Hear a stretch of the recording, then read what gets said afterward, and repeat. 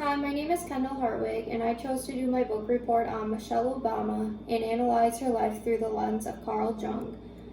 First, I'm going to talk about the childhood of Carl Jung. He had a very unhappy childhood, and he did not have a close relationship with his mother or father. As a child, he was very isolated. When Carl was 9 years old, his younger sister was born, but that still did not help with his loneliness. His only friend he considered was his wooden doll. His theory focuses on the unconscious mind through dreams, visions, and fantasies. He studied psychology at the University of Basel. He worked at a mental hospital in Zurich. He gave lectures at the University of Zurich and developed an independent clinical practice. He spent a lot of his time in research and writing until he passed away at the age of 86. So Jung's theory, the development of personality. He believed that people are shaped by their future and their past. He believed one is continually moving towards a more complete level of self-realization. His theory focused on the inner growth of the individual rather than on their relationships with others. This theory has 3 phases: childhood, young adulthood, and middle age. Childhood is when the ego begins to develop, but the child has not yet formed a unique identity. Childhood personalities tend to reflect the personalities of their parents. Parents have a big influence on the formation of a child's personality. Some parents will try to force their own personalities on their child because they want their child to be a spitting image of themselves, whereas other parents may want their child to seek a different personality from themselves so they can compensate for their parents' deficiencies. The ego doesn't really start to form until the child can distinguish between themselves and other people or objects in the world. Young adulthood. During our first half of life, we focus on the objective world. Individuals are concerned with completing education, beginning a career, and getting married, and starting a family. Our focus is external, our conscious is dominant, and our attitude shifts to extroversion. The goal of this phase is to achieve our goals and establish a successful place for ourselves in the world. Lastly, we have middle age. This is what Jung saw as the most critical stage in personality development. Major personality changes tend to occur between ages 35 and 40, which some people refer to as midlife crises. Most people at this age have already established a career, are married, and have established a community. During this time frame, personality is supposed to undergo necessary and beneficial changes. The second half of our life is devoted to the inner subjective world that we have neglected for the first half of our life. Our personality shifts from extroversion to introversion, our mind shifts from the conscious mind to the unconscious mind, and our interests tend to change from physical and material to spiritual, philosophical, and intuitive. If one is able to successfully integrate the conscious and the unconscious mind, then one is in the position to achieve self-realization. Now let's talk about Jung's psychological types. He proposed 8 psychological types based on their interaction of attitudes, either introversion or extroversion, and the 4 functions, either thinking, feeling, sensing, or intuiting. So introversion is the turning of the inward psychic energy. That means someone enjoys being by themselves. Extroversion is the turning of the outward psychic energy. That means they feel more energy being around others. Sensing is when this tells people that something exists. Feeling is perceiving value or worth. Thinking is recognizing meaning. And intuiting is knowing something without knowing how they know. So this slide here is just a diagram of the 8 psychological types. This can be found on page 88 in your textbook in table 3.1. I'm just going to go over each one briefly. So extroverted thinking would be someone who is logical, objective, and dogmatic. Extroverted feeling is someone who is emotional, sensitive, and sociable. Extroverted sensing describes someone who is outgoing, pleasure-seeking, and adaptable. Extroverted intuition is one who is creative and able to motivate others and seeks new opportunities. Introverted thinking is someone who is more interested in ideas than in people.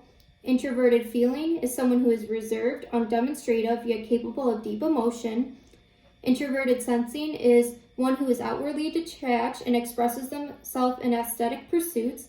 And lastly, we have introverted intuiting, which is concerned with the unconscious more than everyday reality. So Jung's 8 psychological types were developed into the Myers-Briggs personality type indicator, which we took in class, which gave you that 4-letter code that tells you more about your personality type. So now enough about Carl Jung, and let's get into the childhood of Michelle Obama. So about Michelle Obama's childhood, she was born on January 17, 1964 to her father, Fraser C. Robinson III, and her mother, Marion Robinson. Her father was a janitor and her mother was a stay-at-home mom. She has one older sibling, Craig, who was born in 1962, 2 years older than she is. She lived in Parkway Gardens, which was known as Affordable Housing Project. Because of the high levels of gang violence and poverty, this became a very unsafe area to live in. This caused Michelle and her family to move in with her Aunt Robbie and Uncle Terry, who lived on the South Shore of Chicago. There they experienced poor living conditions and fire outbreaks. During Michelle's childhood in 1968, the Martin Luther King Jr. assassination occurred, which caused riots throughout the Chicago area. Right here is a picture of Michelle Obama and her family. We have Michelle on the bottom right sitting on her mother's Marion's lap, and then to the left on the father's lap is her brother Craig, and then again her mother and father. So now more about Michelle's childhood. She started elementary school in 1969 at Bryn Mawr Elementary School, and she had the advantage of knowing how to read. She actually learned how to read before starting preschool. As I mentioned earlier, her mom was a stay-at-home mom, so she was able to spend extra time with her children to help them learn how to read and excel in school. Music was something that was big in the Obama family. Her father had a big passion for jazz music, which he loved to share with his children. Also, as mentioned before, Michelle lived with her Aunt Robbie, who was a piano teacher. Michelle's brother, Craig, took piano lessons from their Aunt Robbie, and when Michelle turned 4, she began taking piano lessons from her aunt as well. She thought the piano would be something that would just come naturally to her because she spent countless hours listening to the students practice upstairs. So, back to Jung's theory, during the childhood phase, behavior is governed by parental demands. We can see this here because Michelle's family was very music-oriented, and her family persuaded her to play a musical instrument at a very young age. Michelle didn't really have a choice of playing the piano because this was just kind of decided for her since music ran in her family, and her aunt who she lived with was a piano teacher. Michelle wanted to play the piano to make her father, one of her biggest inspirations, proud. Michelle also took education very seriously because her father instilled the importance of education on her and her brother. They started reading at a young age and how to use proper grammar and enunciate words correctly. Now more about her childhood and young adulthood. We will talk about some personality traits for her. Some personality traits for Michelle is introvert, independent, achiever, perfectionist, driven, and true to self. So an example of how Michelle was an introvert and independent at a very young age was she enjoyed playing inside with her brother. Rarely did she ever go outside to play with the neighborhood kids or invite friends home from school. She was an achiever, perfectionist, and driven, which is seen in her academics. From very on, in the beginning, she was above average compared to her peers because she knew how to read before preschool. In kindergarten, she even failed a reading test, and she demanded to redo it because she wanted to receive that gold star so she could be just like the 2 best classmates in her class. And in high school, some of her achievements was being inducted into the National Honor Society and being the senior class treasurer. And she was even accepted to Princeton University and Harvard Law School, which are 2 big known schools. She always is one to stay true to herself. She stood up for herself when other students discriminated her for her race. And as Michelle grew older, she became more outward and social. She started to accompany her father on neighborhood walks, and she even went to family weekend outings. Back to Jung's development of personality. In her school years, Michelle was an extrovert focused on excelling in education and beginning her career. From little on, Michelle was always driven to do well in school and get the best grades. Her parents instilled in her the importance of education. Michelle took pride in her schoolwork and grades. Devoting herself to her studies paid off when she was inducted into the National Honor Society and elected the senior class treasurer. And she was accepted to Princeton and Harvard, as mentioned before, which are 2 well-known Ivy League schools. And as an African-American young woman, these were hard schools to get into. So I mentioned before her young adulthood achievements. High school was National Honor Society and senior class treasurer. In college, she was accepted to Princeton University and she graduated with departmental honors.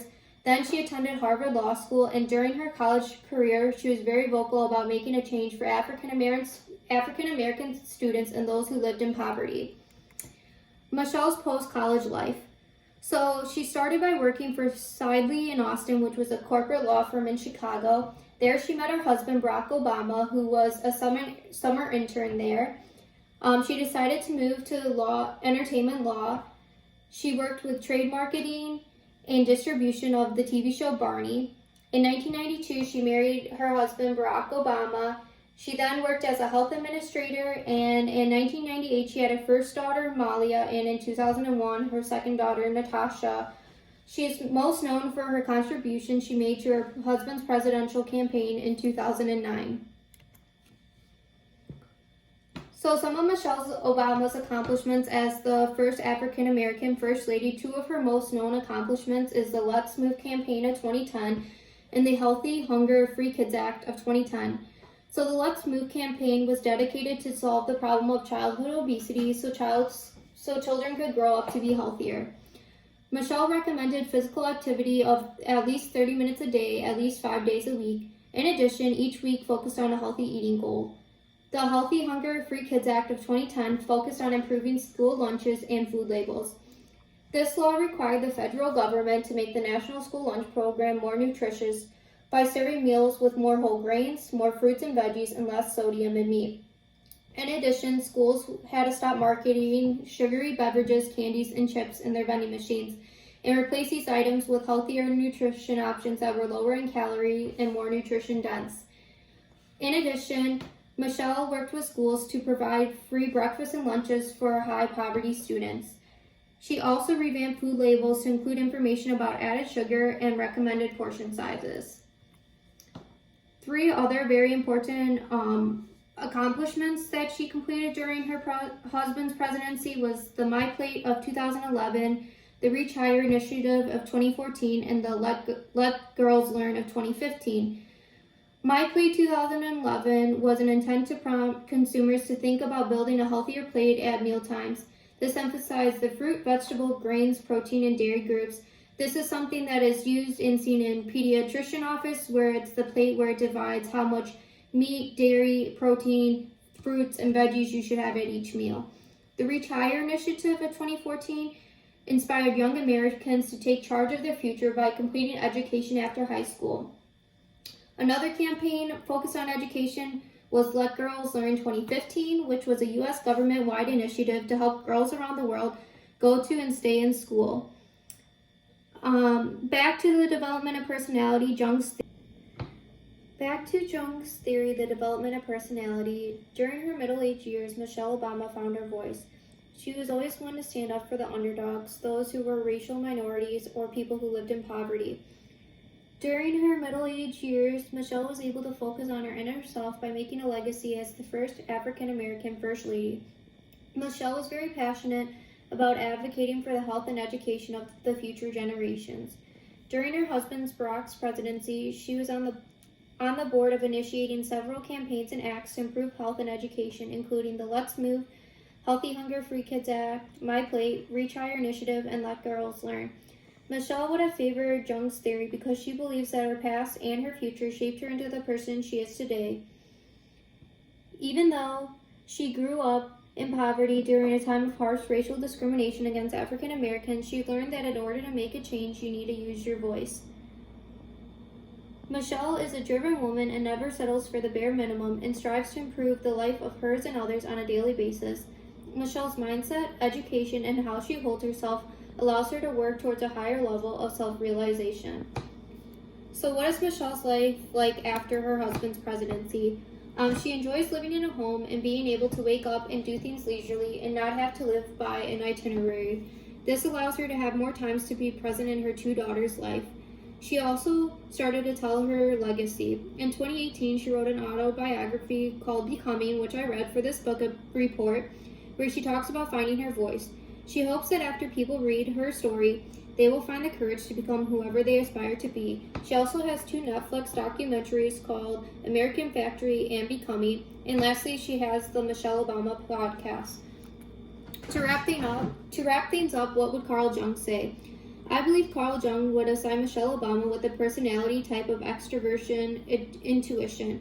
Someone with this personality trait is always on the lookout for new experiences and change. They are continually looking for new opportunities to satisfy their intuition, and they're usually someone who is an inspiration to others. Michelle fits all these personality traits. I believe Carl Jung would agree that Michelle met and progressed through the 3 phases of the development of personality. If Carl Jung would recommend anything to Michelle Obama, I think it would be for her to not be so hard on herself and to make sure she takes time for herself. There were no loopholes in Carl Jung's theories when analyzing them from Michelle Obama's life. Everything lined up pretty smoothly. And here's my reference page.